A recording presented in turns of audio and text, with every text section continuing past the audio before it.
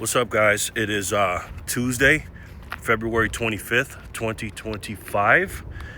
We're at the Bitcoin block height of 885,299. TikTok, next block. Listen, I want to talk to you guys about a few things. I'm going to try not to rant and curse and stuff like that, but I'm just seeing a lot of stuff that's really pissing me off, man. And this is one of my outlets that I let things go. So let me tell you a quick story. So last night at about approximately 10:30 p.m. last night, I got pulled over, right? I got pulled over on Las Vegas Boulevard heading north right around where was it at? I was getting close to the Stratosphere. I was past all the casinos and stuff. Was it Las Vegas Boulevard or Paradise? It might have been Paradise. Anyway, yeah, I think it was Paradise. Anyway, so a cop pulls up behind me. And in my past, when I was younger, I used to get nervous about getting pulled over for, maybe not having my turn signal on or speeding or whatever. You know what I mean? Nobody likes to get pulled over. Even if you're a 100% legal citizen, you just don't like to get a ticket. You just don't like being questioned and stuff like that. And I'm the same way. We're all the same. So anyways, there's a cop behind me, and I was probably 90% sure he was going to pull me over. And the reason I say that is because I have a license plate cover over my license plate that is very dark. It's tinted. So a lot of cops, and I've been pulled over probably 4 times for this, for telling me that they didn't think I had a license plate at all because they couldn't see it until they got really up close. And then once they get close to you, they start running your plates. And so, lo and behold, even though somebody ran the red light in front of me, somebody ran the red light, cut me off and ran the red light. He didn't turn his lights on and go to get him. He stopped me. Now, I could have played the victim and said, hey, why don't you, pull that guy over or whatever, but it is what it is. I guess he was focused on me. So I was at a red light when this happened, and then when the light turned green, he turned his lights on and pulled me over, okay? When I tell you, I had zero nerves at all. I was not nervous one bit. I was so relaxed, it was like kind of scary. And the cop was almost not offended, but he was almost like, damn, dude, like, you're so nonchalant and blah, blah, blah, blah.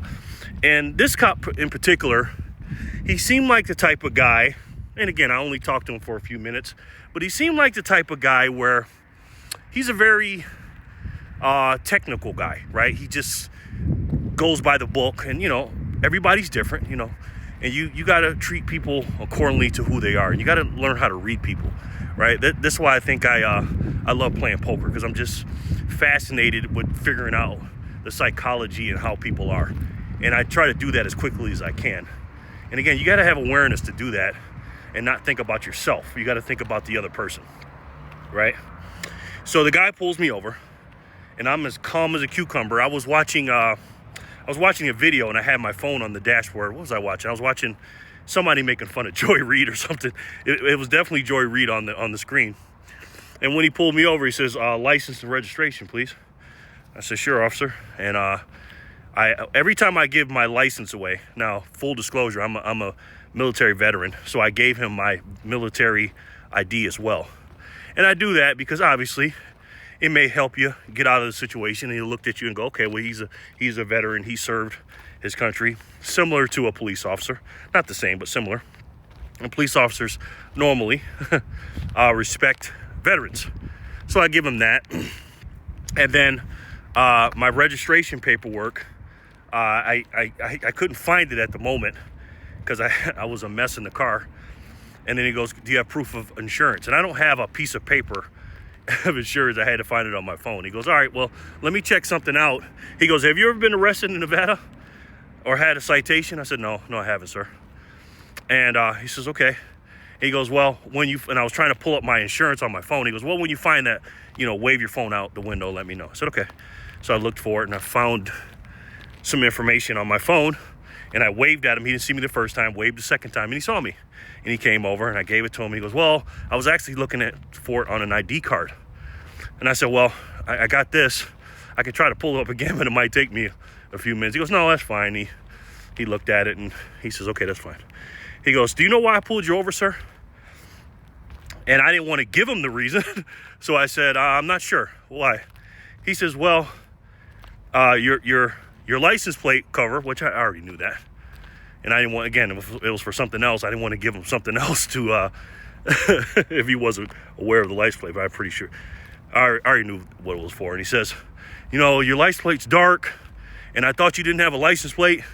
And then I noticed when I finally saw it, and I pulled you up in the records, that your registration is expired. It expired on the 6th of this month. I said, oh, okay. I'm sorry about that, sir. He goes, oh, yeah, no problem.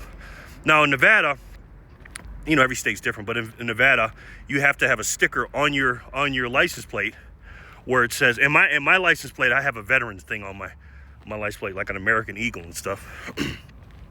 I chose that one, and I bought a dark cover, like I said, over it.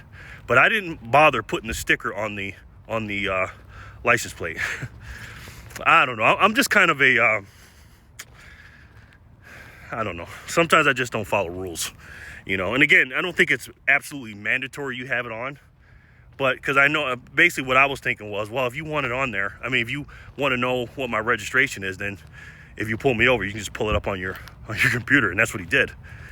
And so that's what happened. So he told me I didn't have it, and he goes, where were you headed? Now, let me stop right there. When he asked me where I was headed, I got perturbed by that, right? I got perturbed by that. Because again, you know, I'm a human being. I'm a self-sovereign individual. I know that you're pulling me over, and I know that my registration is done and stuff like that. But there was two routes I could took this, okay? One is, and my ego was playing a role, I'm not going to lie about that, was, what the hell do you mean where I'm going? You don't got to ask me where I'm going and blah, blah, blah, blah, blah, and it's none of your business, and I'm a grown man and all this other stuff, which again, that definitely crossed my mind. And that was probably about 7 to 10% of what I was thinking, to be completely 100% honest with you. But the second way I could handle it, and this was the 93 to 90% of me, what I was thinking was, well, he's asking you this, Jerry, because he can probably, this is the optimist talking to me, he's probably wondering where you're going. That way he can let you go and be on your way and maybe not give you a ticket. So I said, I'm headed to this casino. I'm about to play some poker, right? That's not where I was really going. I was actually trying to go to a different area so I can keep door dashing.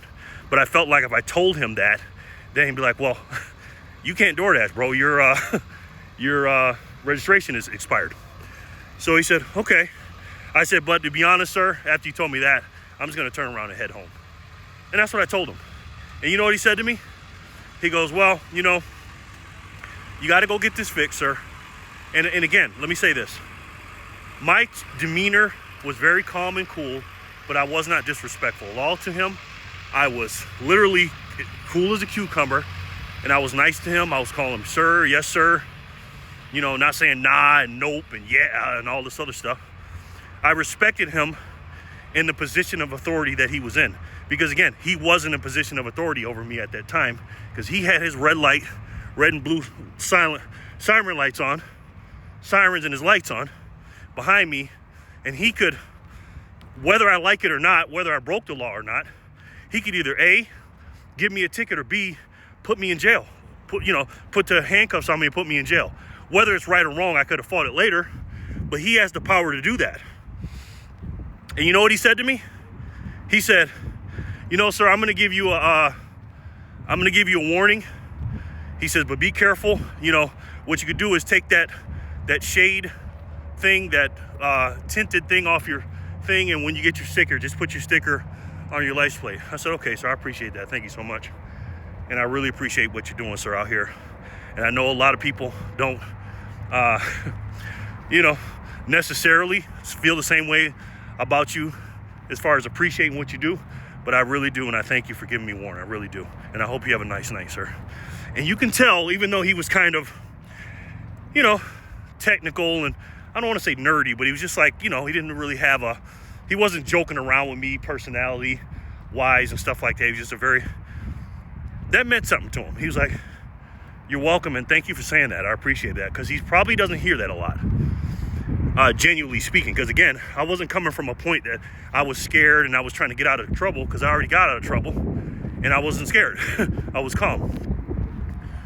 And he said, okay. And he actually gave me my license and my ID back, and when I grabbed it, he stuck his hand, the same hand that he gave it to me, stuck his hand out for a handshake.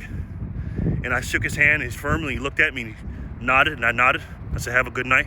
I saluted him, he saluted me, and we both went on our way.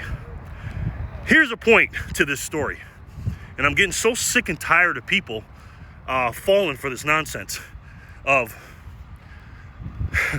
the victimization of black people in this country. Now, again, that's an anomaly. This is my story. I'm not saying black people sometimes don't get in trouble. But again, it's not about the skin, your skin color. It's about your character and how you act and how you treat people. And I believe if I would have picked that scenario where that small percentage of me had my ego, look at this guy. That's doing good work right there. That's what I like to see. If I would have let my ego get in the way and answered that question of where you headed to tonight, sir, in the way that my small percentage wanted to, and a lot of, let's just say, people that do get in trouble from the police, people of color that I've seen in many body cam videos and stuff like that, if I would have answered like that, how do you think that would have turned out? You think it would have turned out the same? It could have been. He could have, you know, there's a small percentage chance, it's not a 0%, there's a small percent chance that he would have said, okay, let me not mess with this guy, because again, I feel like personally that as a black man in America, I feel like I have an advantage over a white man in America. Reason being is I have this invisible force field over me that says, you know, the cop will pull over and say, oh boy, if I do this wrong, I may get in trouble with this guy. Because again, the Black Lives Matter stuff, and you know, black people are victims and whites are racist against black people. Again, this is why I appreciate these cops, man, out here. They're better than me, because I couldn't do it. I'd be in the chief's office all the time getting in trouble for arresting these people. But anyways, I could have did that, but I didn't, right? A lot of people out here don't take personal responsibility for what they do, right? They just get out here and get in trouble, do things that are unhinged, and then they blame somebody else for it. Joy Reid, that I brought up earlier, now her and her little followers, including Rachel Maddow, which I'll get into in a second, are saying that MSNBC is racist. And the people, the blacks in particular, and I'm just going to talk about black people because that's my wheelhouse. They don't, not all of them. I'm not talking about the conservative ones or the ones with common sense, which are pretty much in the same. Not a lot of common sense liberals out there. Because again, if you think Joe Biden, anyways, they don't take personal responsibility. Everything is about victimization and somebody else's fault. I don't care what color you are, and I'm not making this a black thing versus a white thing. You got to take personal responsibility for everything you have and you don't have. It's funny when I hear people, when they do a story on a rich, very rich person, a 1%er or something, and they talk about how he was self-made this and self-made that, and he's a self-made millionaire, self-made billionaire or whatever because of his decisions. Well, it's the same thing. If you see a homeless person, they're self-made too. Again, it's not about what happens to you, it's how you react to it. It's 10% of what happens to you, of course. It's a lot of things are bad. Your house burns down, your family leaves you, your wife leaves you, you lose your job. You know, all those things happen to everybody. It's life. But it's how you bounce back from it. And again, the same reason that a multi-billionaire, millionaire, whatever, is self-made is the same exact reason why somebody that is not in that financial position is also self-made. But the problem is people don't take personal responsibility. Nobody is telling Joy Reid on her side of her little bubble echo chamber she lives in that your ratings sucked, you're a race baiter, you're a racist woman, Again, capitalism in America means they're losing money on you, Joy Reid. You don't have the capabilities and the ability to bring people together. You're divisive. Again, you're racist. You're a propagandist. And the networks that use you don't need you anymore because, again, you're not bringing in the numbers. And also, you're as far as the market goes, America is 60+% white people. Now, again, I know there's some white liberals that do a lot of self-hating. That's what I call them, when they say that they're oppressors and we're sorry for what happened to you. Again, the superiority complex where they feel like they got to help black people. Again, I can't stand these people. Black race hustlers, number one, but number two is a white liberal that acts like they got to do something for me because I can't do it because I'm below them. Can't stand those people. These people, white liberals and white conservatives, are not going to keep listening to you because, again, black people in America are about 12.9% of the population, something like that, 12.9, 13%. So you're not going to go that far speaking to the majority of Americans that way, calling them fascists and racist and bigots and all this other stuff. It's just not going to go that far. But nobody tells her that. They tell her that her show brings value. That's what she said in her thing. Her show brings value. And I watched some videos today saying that, oh, Joy Reid, what they did to you was bad, and this, that, and the third. And they called MSNBC racist. Well, I got a news flash for you, people. MSNBC is racist. They're absolutely racist. But you got it backwards. MSNBC or MSDNC, they're racist against white people. And that's clear as day. Now, Rachel Maddow gets on the air. You know, Rachel Maddow, the biggest propagandist in liberal media, probably history. I've never seen anybody spewed out nonsense. Now, she's one of those people I tell you about. All Democrats are hypocrites. They all, stay on top of the layer of hypocrisy. But you got actors and idiots as Democrats. She's not an idiot. She's a very smart woman, but she's a fucking great actress or actor. Excuse my language. Depends on which way you go with Rachel Maddow, a.k.a. Pat from Saturday Night Live. Remember, we couldn't tell if Pat was a man or a woman or hermaphrodite or whatever. She gets up there yesterday and tells her network, while she's getting paid $25 million, by the way, that her company is racist, basically, in a nutshell, for firing Joy Reid. And on the only two women of color on there, again, that was an Asian woman too, which she told us before that Asian women don't count as being racist. Remember when the DEI stuff and the Asian people were saying, I'm not getting a job because my credentials are here and blah, blah, blah, blah. And Rachel Maddow came up there last year and said, oh, well, you don't count. It's only black people and Hispanic people of color. You don't fit that criteria. But now they do. So the Asian lady who didn't get fired, she just got moved to another place. And Joy Reid gets fired. Now she's claiming MSNBC is racist. She's talking about her network while she's on the network, making $25 million a year, spewing and spitting complete and utter nonsense, lies, and propaganda. Again, they're eating themselves. And this is why I tell people, and again, she may be doing it because she knows she can. She's the star of the network. And I mean star and very loosely. But she's the epitome of people that listen to her and Joy Reid and all that there's no self-reflection, no accountability, no responsibility. Every time something happens to you in these people world, if you're a quote-unquote woman of color, any kind of infinity stone of wokeness. And what are the infinity stones of wokeness? Being black, being a woman, being gay, being trans, being a certain ethnicity that I can't say. If you're one of those, and Joy Reid, and this is what I call the victim bucket or the oppressed bucket or whatever, nothing is ever your fault.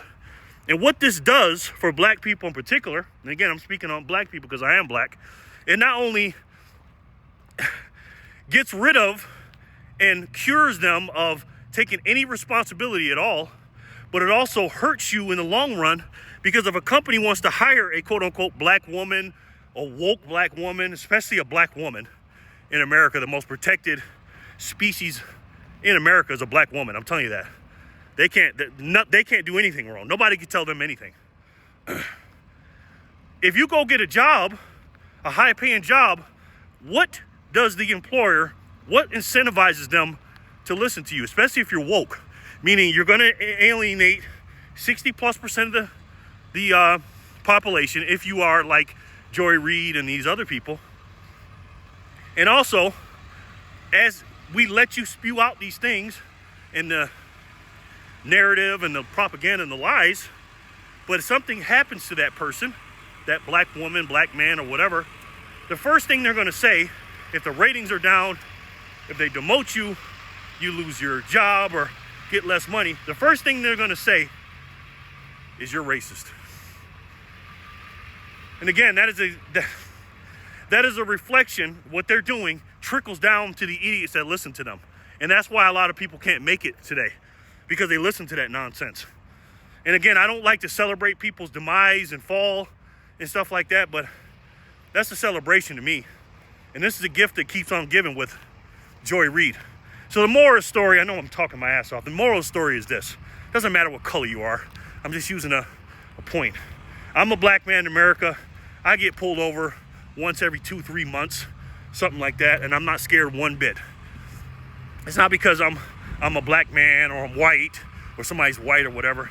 It's about how you treat other people. And also, whatever you got in this world, in this life, it is your fault.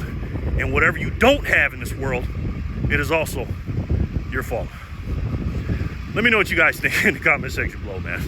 And again, guys, speaking of personal responsibility, Bitcoin is crashing. And there's nothing you can do about that. You can cry about it and say, oh, why is because I hear these influencers angry that Bitcoin is crashing. And I'm like, first of all, there's nothing you can do about it, number one. But number two, as far as like, getting the price to go up, you can't do anything about it on that end. So what can you personally do about it? The number one thing you need to do is study. Because if you really study to understand what you got, and again, a lot of these influencers have been in since 2016, 2015, 2017, and they want their number to go up so they can pack their bags or fill up their bags. But somebody like me, who's only done one cycle, and many of you are, I know a couple of you guys have been in for a couple cycles, it's all about your mindset and how you look at it. And the only thing you can do from a personal responsibility standpoint, is to pack your bags with your knowledge of Bitcoin and what these Satoshis can do for you. This finite piece of a network that is the greatest monetary network that man has ever seen, by the way. And when you're studying that and you're putting your energy into those studies, you also need to put your energy, your work energy, your life blood, your quote unquote currency into this asset that is dropping. And I love it. I love that this is dropping. So I'm buying the dip. I told you yesterday I was uncomfortable. Well, I'm double and triple uncomfortable now because I made a big buy and I bought at 86 something. And I'm happy I did. I'm sad right now because I got about a week or two behind on my energy money list that I got to make up for. But in the future, my future self and my family is going to be glad I did it. And you need to understand what we have here, guys. You really, really do. And personal responsibility is the number one thing when you're going to be sitting back and your family is going to be building statues of you that you took on that personal responsibility. So it's up to you. You can sit there and cry about the price going down and this, that, and the third, or you can take advantage of it and pack your bags. And if you don't know what I'm talking about as far as taking advantage of it, and if you've been on my channel long enough, some of you do, but for those of you in the back, here's a little hint. It's the best way to save. And for me, the only way to save. And that's Bitcoin. I love each and every one of you, and I'll talk to you soon. Peace and love, guys.